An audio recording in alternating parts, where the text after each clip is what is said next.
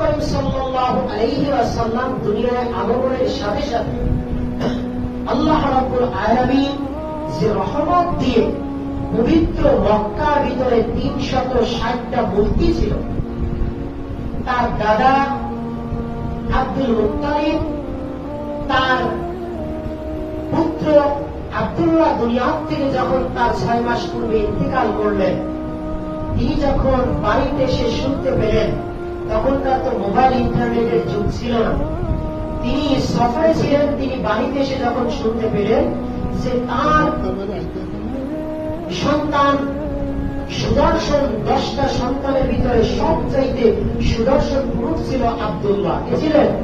আব্দুল্লাহ। এই আব্দুল্লাহ দুনিয়ায় নাই, তার রূপে একটা সন্তান হয়েছে। তিনি এই খুশিতে তার সন্তানকে নিয়ে, অর্থাৎ আব্দুল মুত্তালিব তার নাতিকে নিয়ে মক্কার ভিতরে যখন যাবেন, কারণ তার মক্কার দায়িত্বে ছিলেন আব্দুল মুত্তালিব, তার দাদাকে আব্দুল মুত্তালিব তার দায়িত্বে ছিলেন। আল্লাহর নবীর দাদা আব্দুল মুত্তালিব তার নাতিকে করে নিয়ে যখন মক্কার কাবা ঘরের ভিতরে ঢুকলেন, তিনি দেখতে পেলেন মক্কার ভিতরে 360টা মূর্তি একেবারে সিজদায় অবনত হয়ে গিয়েছে। তিনি দেখতে পেলেন তার এমন শক্তি ছিল না, যদিও তিনি নেতা ছিলেন। মক্কার কাবা ঘরের ভিতরে 360টা যে মূর্তি উঠানো ছিল, এই 60টা মূর্তি ওখান থেকে সরানো, কিন্তু রাসূল করিম সাল্লাল্লাহু আলাইহি ওয়াসাল্লাম তিনি যখন দুনিয়ায় আগমন করলেন, আল্লাহ রাব্বুল আলামিনের অসীম কৃপায় 360টা মূর্তি দেখতেছেন পরে মাটিতে সিজদায় অবনত হয়ে গেছে। জোরে সরে সুবহানাল্লাহ।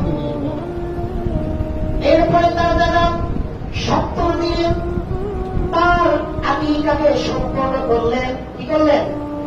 আকিকাকে সম্পন্ন করলেন। এরপরে আস্তে আস্তে ওই যে বয়ানগুলো কত ওই আমাদের মসজিদে বলেছিলাম, এর পরবর্তী থেকে আলোচনা করছি। আমার ভাইয়েরা, আল্লাহর নবীর দাদা তিনি ইন্তেকাল করলেন। তার কয়েক বছর আগে যখন তার বয়স হয়েছিল 6 বছর, তিনি খেলতে গিয়েছিলেন পাহাড়িয়া ময়দানে। যখন দেখতে পেলেন সন্ধ্যা হয়ে গিয়েছে, অনেক শিশুর পিতা শিশুর মাতা এসে আর ছোট্ট ছোট্ট সন্তানকে কোলে নিয়ে চুমু খায়, কিন্তু আমার নবী, আপনার নবী, আতিম নবী জনাবে মুহাম্মদুর রাসূলুল্লাহ সাল্লাল্লাহু আলাইহি ওয়াসাল্লাম তিনি ফিরিয়ে দেখতেছেন। এক পর্যায়ে তিনি ঘরে এসে বলছেন, মাঝি, সন্ধ্যা হলে পরে আমি দেখতে পাই আমার বন্ধুরা, খেলার সাথী যারা আছে, তার মা, তার কিংবা তার বাবা এসে ওই ছোট্ট সন্তানকে কোলে নিয়ে আদর করে। আমি এতদিন যাবৎ এখানে খেলাধুলায় আছি, কিন্তু আমার পিতা বা আমার মাতা তো আমাকে আদর করে না। মামিরা চোখে পানি ফেলে দিলেন, বলতেছেন, বাবাজি, তোমার পিতা তোমার জন্মের 6 বছর আগে ইন্তেকাল করেছে, আর আমি মহিলা মানুষ, আমার পক্ষে ওইখানে গিয়া তোমাকে আদর করা সম্ভব নয়, তুমি এসো আমার করে আসো, তোমাকে আমি চুমো খাই। এক পর্যায়ে বায়না করলেন, আমার আপনি কোথায়? এইরকম বায়না করার পরে মা আমিনা তার শ্বশুর আব্দুল মুত্তালিবের কাছে বললেন যে, পিতাজি, আমি চাই আমার স্বামীর ওই কবরটাকে একটু জিয়ারত করার জন্য। আব্দুল মুত্তালিব বললেন, মাঝি, তুমি কি করে একা সেখানে যাবা? কয়েকজন লোক নিয়ে সেখানে রওনা হয়ে গেল। রওনা দেওয়ার পরে তিনি সেখানে গিয়া তার পিতার কবর জিয়ারত করলেন, আর সেখানে একবার যাবৎ অবস্থান করলেন। অবস্থান করার পরে তিনি যখন রওনা হবেন, পথিমধ্যে মক্কা এবং মদিনার ভিতরে আবওয়া নামক জায়গায় তিনিও ইন্তেকাল করলেন। এতিম নবী মারা হয়ে গেলেন। এতিম নবী তিনি এখন আসতেছেন, এর আগে পিতাও ছিল না, এখন মাতাও নাই। তিনি একেবারেই কাঁদো কাঁদো অবস্থায় তিনি চলে আসলেন বাড়িতে। আব্দুল মুত্তালিব তিনি তাকে লালন পালন করতেছেন।